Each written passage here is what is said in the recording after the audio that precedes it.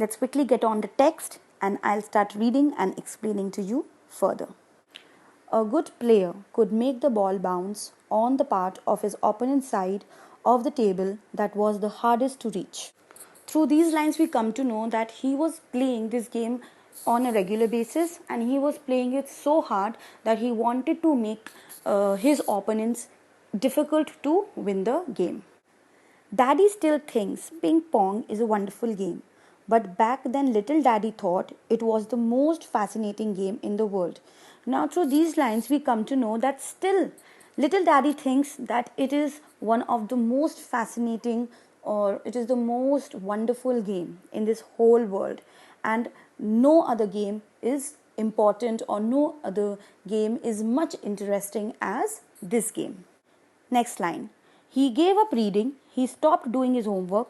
The only reason he went to school at all was to play his favorite game. He began playing better and better, but his marks kept getting worse and worse.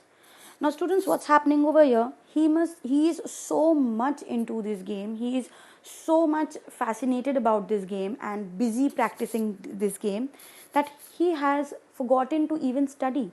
He has stopped studying. He has stopped doing other activities. He has stopped reading. He has stopped doing his homework. Why? Because he is busy practicing this game daily and every time. And because of this, his marks are getting worsened day by day. His studies are declining. And this is the darkest days which the parents of little Daddy were talking about.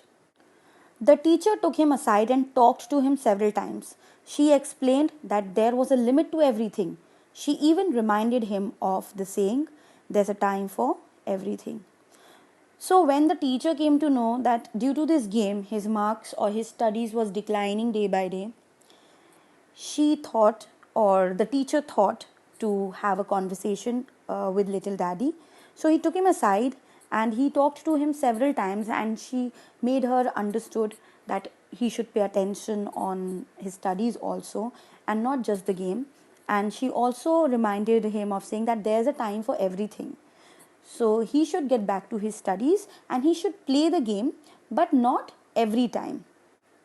Little Daddy didn't argue because it was no use. How could he make her understand that ping pong was the work of his life while everything else was play?